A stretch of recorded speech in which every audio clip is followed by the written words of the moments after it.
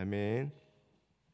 오늘 우리에게 주시는 하나님의 말씀은 사도행전 10장 34절부터 48절까지 말씀입니다.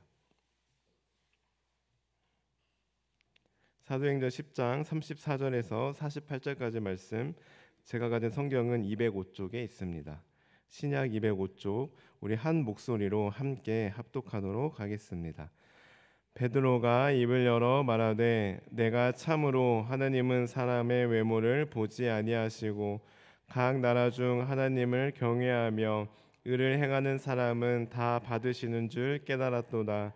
만유의 주 되신 예수 그리스도로 말미암아 화평의 복음을 전하사 이스라엘 자손들에게 보내신 말씀 곧 요한이 그 세례를 반포한 후에 갈릴리에서 시작하여 온 유대에 두루 전파된 그것을 너희도 알거니와 하나님이 나사렛 예수에게 성령과 능력을 기름 붓듯 하셨음에 그가 두루 다니시며 선한 일을 행하시고 마귀에게 눌린 모든 사람을 고치셨으니 이는 하나님이 함께 하셨음이라.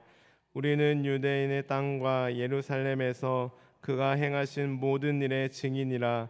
그를 그들이 나무에 달아 죽였으나 하나님이 사흘 만에 다시 살리사 나타내시되 모든 백성에게 하신 것이 아니요 오직 미리 택하신 증인 곧 죽은 자 가운데서 부활하신 후 그를 모시고 음식을 먹은 우리에게 하신 것이라. 우리에게 명하사 백성에게 전도하되 하나님이 살아있는 자와 죽은 자의 심판장으로 곧 이 사람인 것을 증언하게 하셨고 그에 대하여 모든 선지자도 증언하되 그를 믿는 사람들이 다 그의 이름을 힘입어 죄 사함을 받는다 하였느니라. 베드로가 이 말을 할 때 성령이 말씀 듣는 모든 사람에게 내려오시니 베드로와 함께 온 할례 받은 신자들이 이방인들에게도 성령 부어 주심으로 말미암아 놀라니 이는 방언을 말하며 하나님 높임을 들음이러라. 이에 베드로가 이르되 이 사람들이 우리와 같이 성령을 받았으니 누가 능히 물로 세례 베품을 금하리요 하고 명하여 예수 그리스도의 이름으로 세례를 베풀라 하니라. 그들이 베드로에게 며칠 더 머물기를 청하니라. 아멘. 오늘 함께 읽으신 말씀은 계속해서 이어지고 있는 베드로가 고넬료의 집에서 한 설교입니다. 이 설교에는 매우 중요한 의의가 있는데요. 그것은 바로 베드로의 이방인을 향한 첫 공식 설교라는 점입니다. 그리고 이 이방인을 향한 첫 공식 설교를 통하여 이방인들이 성령을 받게 되었는데 이건 역시 이방인들이 성령을 처음으로 접하고 받은 공식적인 사건이라고 할 수 있습니다. 또한 그렇기 때문에 고넬료는 공식적으로 첫 이방 회심자라고 할 수 있습니다. 이 베드로의 이방인을 향한 설교를 보면 복음의 핵심 내용들로 가득 차 있는데요. 먼저 34절부터 35절까지에서는 하나님은 사람을 외모나 조건, 환경과 지위를 보고 판단하거나 차별하시지 않으시고 하나님을 경외하며 또한 하나님을 찾는 사람은 다 만나주실 것에 대해 말씀하고 있습니다. 다음으로 36절에서 41절까지에서는 복음의 내용에 대해 설교하고 있고 42절부터 43절까지는 그 복음을 증언하는 사도들에 대해, 그리고 마지막으로 44절부터 48절까지는 베드로의 설교 도중 성령이 이방인들에게 임하고 있는 장면을 담고 있습니다. 이러한 내용을 바탕으로 이제 한 절씩 함께 살펴보도록 하겠습니다. 우리 먼저 34절의 말씀 다시 한번 읽어보겠습니다. 34절입니다. 시작. 베드로가 입을 열어 말하되 내가 참으로 하나님은 사람의 외모를 보지 아니하시고. 아멘. 여기서 외모를 보지 아니하신다라는 구절은 신약에서 이곳에만 기록되어 있습니다. 그리고 사람들과 달리 차별 없으신 하나님의 성품을 강조하고 있죠. 그래서 35절에 보시면 하나님은 하나님을 경외하며 의를 행하는 사람은 모두 다 받으시고 만나주신다라고 분명하게 말씀하고 있습니다. 이처럼 하나님은 사람들과 달리 차별하지 않으시고 하나님을 경외하는 사람이라면 누구나 다 받아주십니다. 사람은 누군가를 만날 때 가려서 만납니다. 특별히 높은 지위에 있는 사람일수록 아무나 다 만나지 않습니다. 만나주지 않습니다. 그 사람이 누구인지, 어떤 신분을 가졌는지, 어떤 위치에 있는지, 그 사람과의 만남이 나에게 어떠한 도움이 되고 이익이 되는지를 철저하게 따지고 계산합니다. 그리고 인간 사회에서 그것은 당연하게 여겨집니다. 그러나 하나님은 만유의 주이심에도 불구하고 온 우주 만물을 창조하시고 지금도 그 모든 것을 운행하고 계시는 역사의 주관자 되시는 높고 위대하신 분이심에도 불구하고 사람들을 차별하지 않으시고 누구나 다 만나주시고 받아주십니다. 그렇기 때문에 하나님이 주인 되시는 교회도 그래야 합니다. 차별이 없어야 합니다. 사실 처음 교회가 생겼을 때 교회는 그때 당시 파격적인 곳이었습니다. 그때 당시 노예제도가 당연시되고 차별은 당연하게 여겨지는 사회였습니다. 교회가 생기기 전까지 사람들은 차별이 잘못된 것임을 인지하지 못했습니다. 그러나 교회에서는 남녀 차별이 없었고 주인과 종의 차별이 없었으며 인종의 차별 또한 없었습니다. 교회 안에서는 모두 다 한 형제 자매였고 모두 다 함께 하나님을 예배하며 함께 교제하는 사랑의 공동체였습니다. 그렇게 교회를 통해 세상은 점점 변화되어 갔고 모두 다 주님 안에서 한 가족, 동등한 형제 자매로 살아가게 되었습니다. 교회는 바로 이런 곳입니다. 교회는 사람의 겉모습을 보고 외모를 보고 판단해서는 안 됩니다. 오늘 말씀처럼 하나님을 경외하는 사람이라면 누구든지 받아들이고 품는 곳이 되어야 합니다.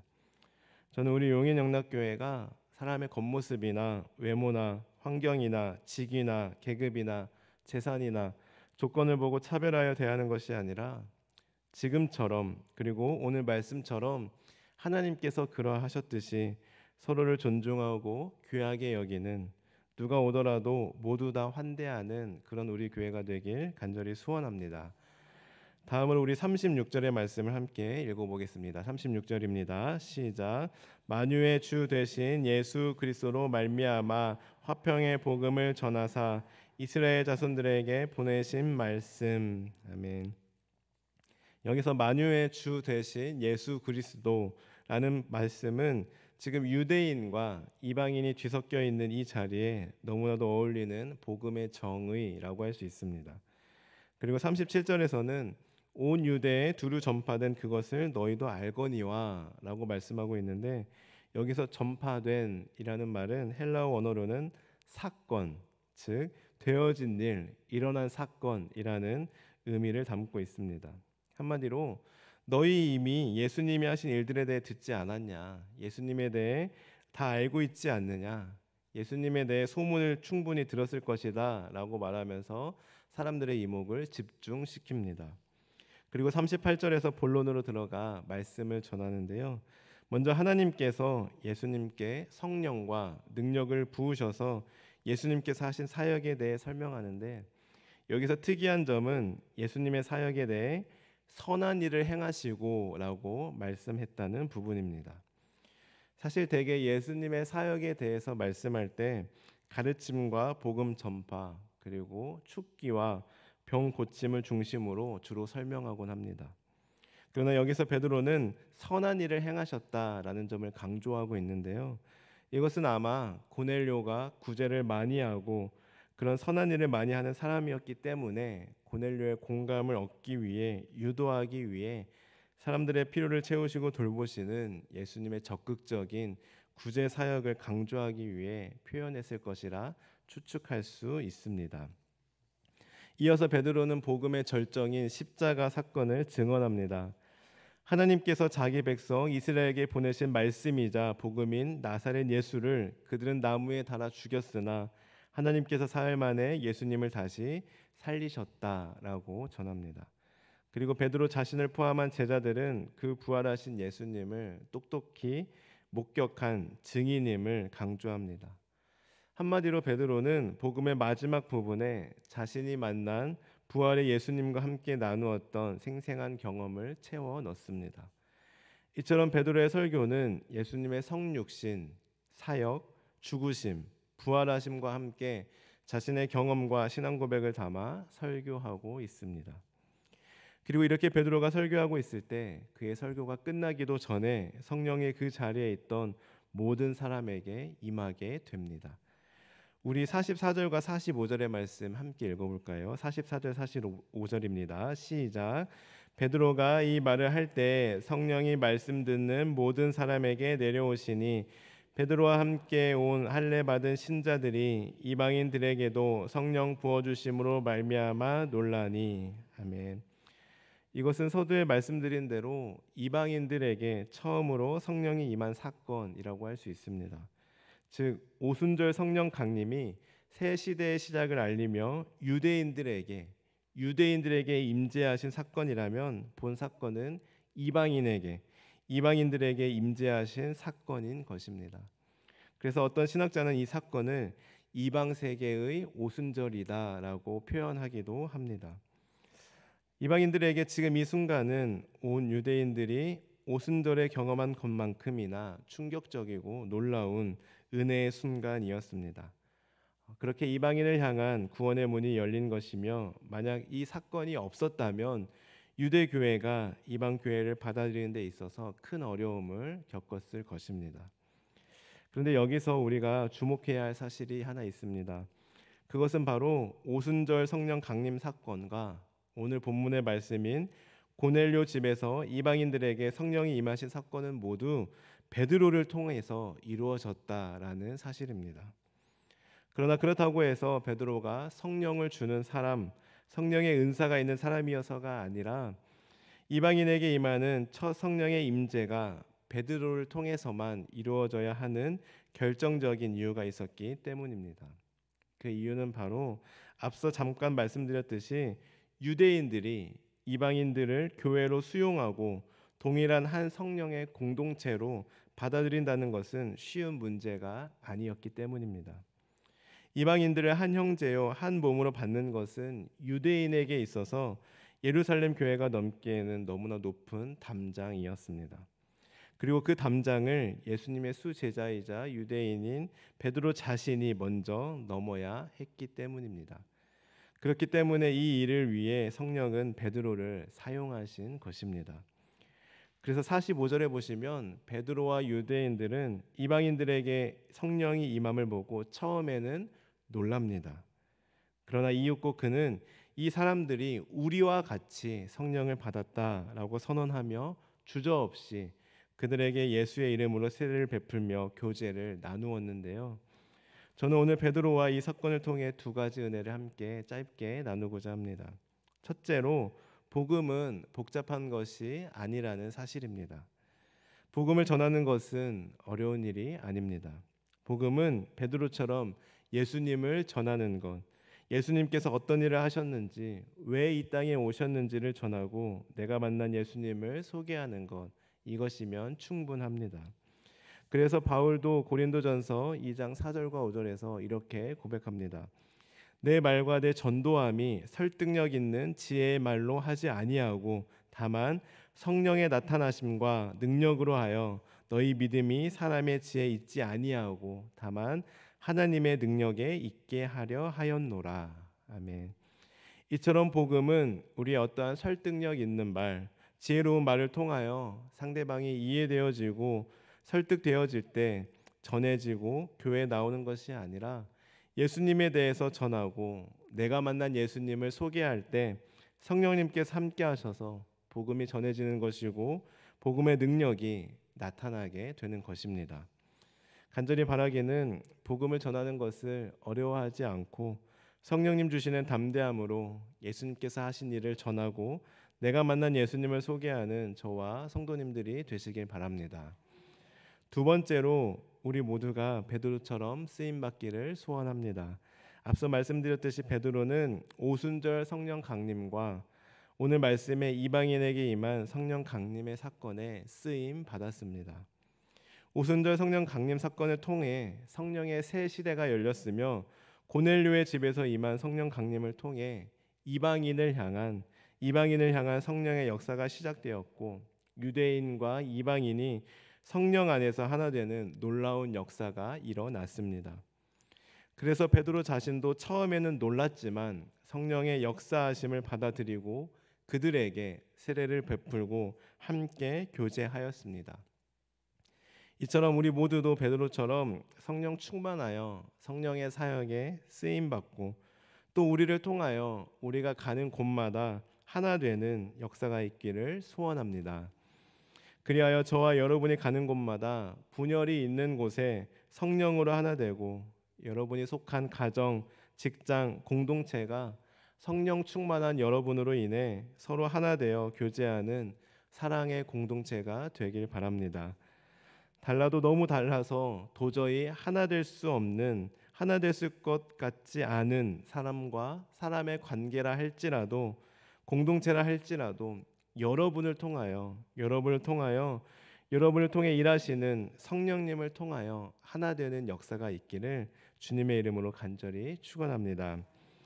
그리고 그러기 위해서는 오늘 말씀의 베드로처럼 우리는 이방인들에게도 복음을 전해야 할 것입니다. 내가 좋아하는 사람, 나와 친한 사람, 나와 관계가 있는 사람, 나의 가족에게만 복음을 전하는 것이 아니라 내가 싫어하는 사람에게, 나랑 맞지 않는 사람들에게, 나와 친하지 않는 사람에게, 어색한 사람에게, 나에게 상처를 준 사람에게 우리는 복음을 전해야 합니다. 그럴 때 성령님께서 일하실 것입니다. 이런 은혜가 있기를 베드로처럼 쓰임 받는 저와 여러분들이 되기를 간절히 소원합니다. 기도하시겠습니다. 하나님, 오늘 베드로의 이방인을 향한 설교와 그 가운데 임하신 성령님의 역사하심을 말씀을 통해 깨닫게 하시니 감사합니다.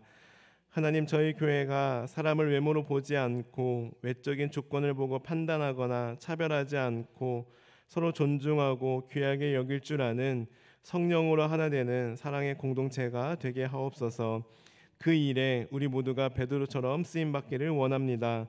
내가 만난 하나님을 담대하게 전하게 하시고 나와 친한 사람들, 내가 편한 사람들에게 복음을 전하는 것이 아니라 원수에게까지 복음을 전할 수 있는 믿음과 담대함을 허락하여 주옵소서.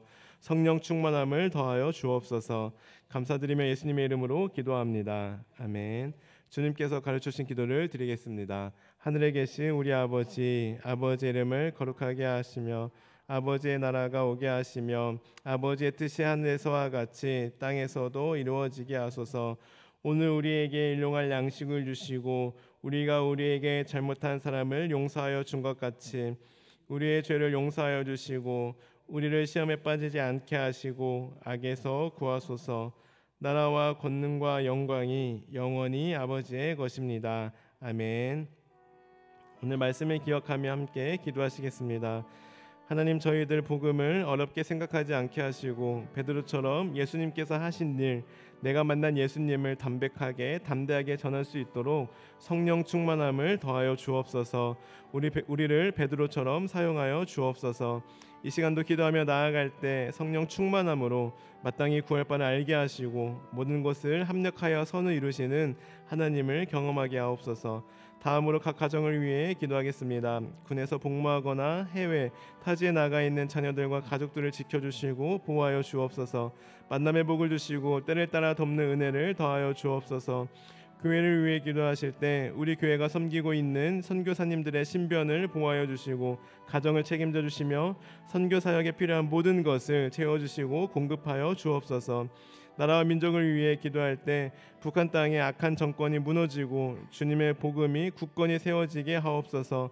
그래 우리 대한민국이 세계 선교의 전초 기지로 설 수 있도록 함께하여 주옵소서. 나아가 우리 모든 환우들을 위해, 우리의 기도가 필요한 분들을 위해, 그리고 개인적인 기도 제목을 놓고 기도하며 나아가겠습니다. 기도하시겠습니다. 하나님 감사합니다. 오늘 말씀을 통하여 아버지 교회는 어떠한 곳인지를 깨닫게 하시니 감사합니다. 하나님, 오늘 말씀 가운데 이방인들에게 성령이 임하였고 그리하여 아버지 유대인과 이방인이 하나 되었던 것처럼, 하나님 사랑의 공동체가 되었던 것처럼 하나님 우리 교회도 아버지 그렇게 쓰임받기를 원합니다.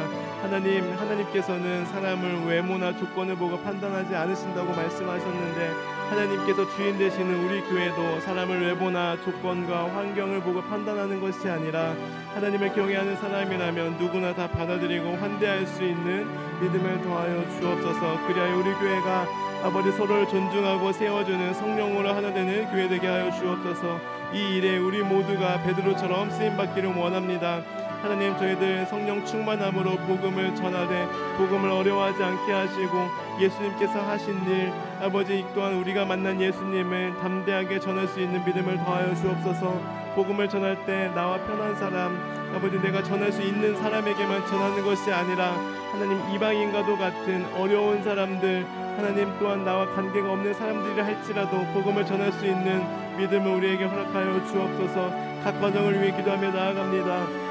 타지에 나가 있는, 군에서 복무하고 있는, 해외에 나가 있는 우리 자녀들과 가족들을 지켜주시고 하나님 어디에 있든지 외롭지 않도록 성령님께서 늘 함께하여 주옵소서. 필요한 모든 것들 때를 따라 돕는 은혜로 더해주시되 특별히 만남의 복을 더하셔서 좋은 사람들 만날 수 있도록 함께하여 주옵소서.